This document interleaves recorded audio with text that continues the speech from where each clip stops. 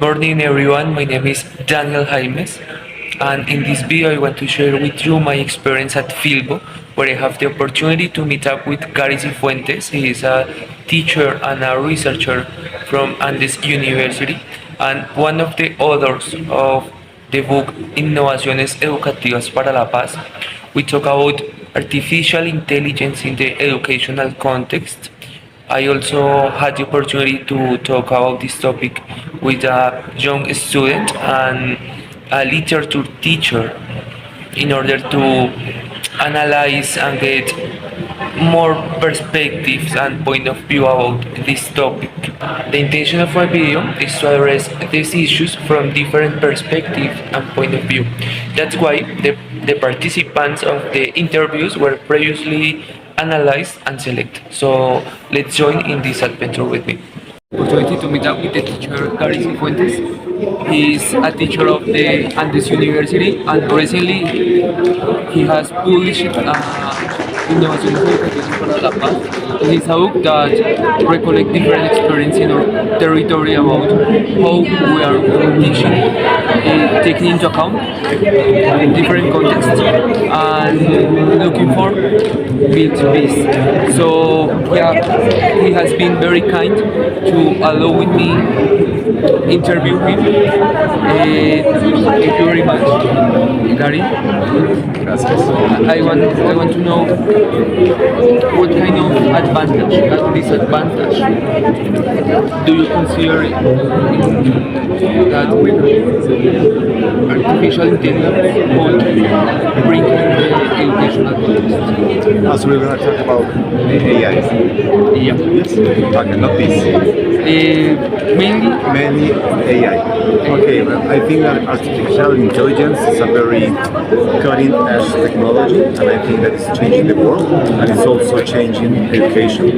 I think that it's very important to understand what kind of change we are facing now with artificial intelligence, because this is not only a minor technology, a minor disruption. I think that artificial intelligence is going to change the way we understand learning, the way we understand teaching, and also the way we can build competences in the future citizens.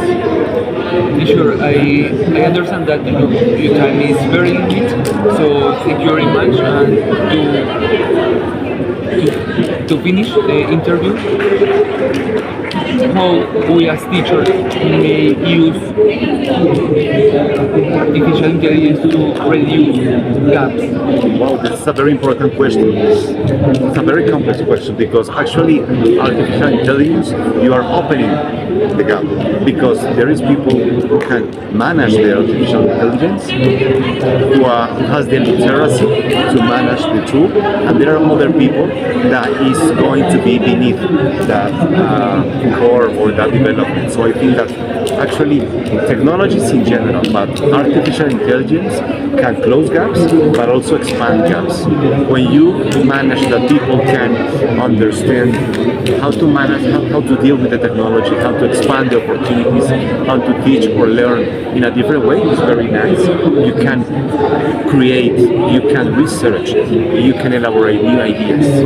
But when you have people who has no Wi-Fi connection, who has no tools that they have done basic literacy competencies like reading or comprehensive text, this is going to be very difficult for them to adequate or appropriate the technology. So I think that artificial intelligence, once again, is expanding the world of education, is transforming the education. You can close the gaps in terms of accelerating processes of learning, of course, but if you don't have care, you can expand a gap between people who is very smart, intelligent, and is using the technology, and other people who is going to be outside. And this is a very important risk that we have to manage in the public policy and in the education policies. They should take care of that. Taking care of, and it's not only a matter of literacy, of appropriating the technical stuff. It's a matter to understand what kind of possibilities are artificial intelligence enhancing with learning and teaching. This is important because at this moment, after 2 or 3 years, we are facing a moment of exploration. But actually, researchers, educators, we don't know actually what are the real potential of these things. So we are, and I am also drawing on the ideas of Ethan Mollick. I don't know if you have read Ethan Mollick. He wrote a book in Spanish, it's Cointeligencia. And it's very important because he is telling that we are facing a new technology which is different from others because it's transformed the nature of the human and the thinking and all the basic capacities. So I think that we are in the process of understanding what are the possibilities. And once again, in education, a lot of potential, but also there are many risks. Teacher, so again, thank you very much. Oportunidad, me encuentro con Ana Botero, ella es egresada de estudios literarios, la cual también de una manera muy amable me va a permitir realizarle la entrevista respecto al tema que estoy tratando. Entonces, Ana, primero, muchas gracias por tu tiempo. Quisiera saber, desde tu experiencia y desde tu punto de vista, si consideras que los dispositivos tecnológicos, como los celulares, las tablets y la lectura de estos dispositivos, ha desplazado o está desplazando la lectura tradicional de los libros físicos. Bueno, personalmente no creo que la esté desplazando.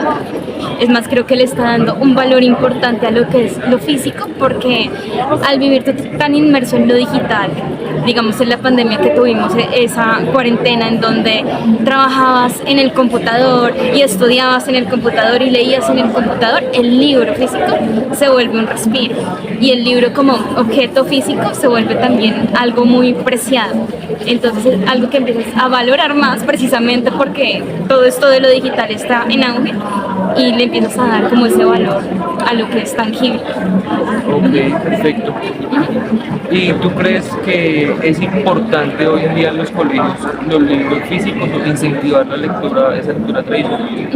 Sí, bueno, yo tuve la experiencia de trabajar en un colegio en Santa Marta, en Fe y Alegría, donde no todos los estudiantes tienen estas posibilidades de recursos, de tener pues todo su tablet o todos sus computadores, como pudiera ocurrir en otro tipo de colegios. Entonces yo creo que el tema de la biblioteca de un colegio es muy importante por el acceso, y también porque el aprendizaje entra un poco por los sentidos, y es importante tener como cierta conexión con el libro, o posibilidad, así sea, de tocarlo, subrayarlo y tenerlo en tus manos. Puede ser diferente a acceder a estos contenidos de forma digital, que también pues es chévere tener ese acceso, facilita mucho y la difusión, pero sí creo que el libro como objeto es importante en los colegios y en las bibliotecas. Ok, perfecto. Una última pregunta, Ana. Me gustaría saber también, desde tu perspectiva, ¿cómo ves a las aulas de aquí a 10 años? Si las ves con más libros en físico o las ves por otro lado con más recursos tecnológicos, ¿cómo lo podrías concebir el aula de clase? Bueno, pues sí creo que se va a transformar. Pues yo esperaría que estos recursos de tecnología pues sí lleguen ojalá se invierta para que lleguen a los lugares. Sí creo que van a cambiar las prácticas, por ejemplo, de toma de apuntes. Creo que es diferente estudiar ahorita como cuando yo estudié, que todos tomábamos apuntes en nuestro cuaderno. Pues ahorita creo que es más recurrente que se hagan tablets o nuestros dispositivos, y sí creo que eso va a cambiar. Pero pues de todas formas creo que el libro físico no es algo que debería desaparecer del todo, aunque pues claramente sí va a ser distinto a como lo hacemos ahora, y más aún como estudiábamos hace 10 años. Okay, perfecto, nuevamente muchísimas gracias por tu tiempo, Ana. Me encontrarnos con Michelle Grimaldos, ella es estudiante de inglés, la cual muy amablemente también me va a permitir hacerle esas dos preguntas. Michelle, la primera pregunta es: ¿piensas que los dispositivos tecnológicos, celulares, tablets, están desplazando a los libros? Sí, bastante. La verdad, no. Cada quien, al ser una tecnología, diferenciar como que poder tener Hay libros que todavía no se consiguen físicamente. Hay lectores como yo que nos gustan los libros físicos. Entonces, una facilidad para poder leer aquel libro que no, como que no consigamos está en tenemos la opción de los que entonces no se me hace que esto es fácil para algunos lectores sí se les queda más fácil encontrarlos digitales. Hay lectores que les gusta más. O sea, podemos decir que una de las ventajas sería precisamente del internet, de las lecturas digitales, es que podemos encontrar libros que fácilmente no podrán ser encontrados físicos. Porque pues hay ediciones o escritores que simplemente están en otro país que no se encuentran y uno los halla en digital. Ok, súper. Tú también me mencionas algo que me parece importante y es que tú eres un tipo de lector que prefiere los libros físicos, ¿verdad? Quisiera hacerte otra pregunta relacionada con eso precisamente y esta pregunta es básicamente el proceso de qué tipo de ventajas crees que tiene los libros físicos a los digitales. Pues no sé, siento que no hay casi diferencia. Lo que sí es que pues para mí se me complica más en digital porque pues muchas veces uno pierde la página. En cambio con un libro en físico pues uno tiene ya su separador y no se va a perder tan rápido la página. Lo otro es el brillo, la luz del celular o tablet o lo que se utiliza. Es como agotador. La única ventaja es que si lo encuentro es cuando está oscuro, uno pues puede leer que es algo que un libro en físico puede llegar porque sí debemos tener. Oye Michelle, ¿y cómo te imaginas las aulas del futuro? ¿Con más tecnología, con más herramientas tecnológicas o con más libros como el que tienes, como el que acabas de comprar? No, la verdad ya en los colegios, universidades ya creo que ya está muy implementada la tecnología. O sea, ya en esta época, en esta era ya lo digital se observa en la vida cotidiana. Entonces, la verdad, creo que... Y pues lo otro es la parte de las hojas, la naturaleza de las hojas, por lo que pues, se utiliza muchísimo la hoja de la hacer las hojas. Entonces, creo que ya en pocos años va todo a estar actualizado. Sí, dale, entonces nuevamente te agradezco muchísimo por tu tiempo.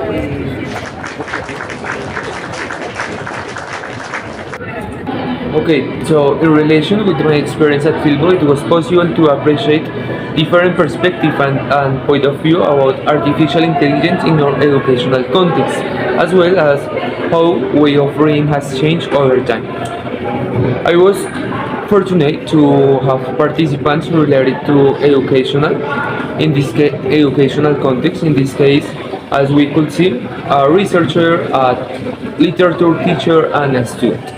For this reason, their participation and contributions were essential to enrich my project.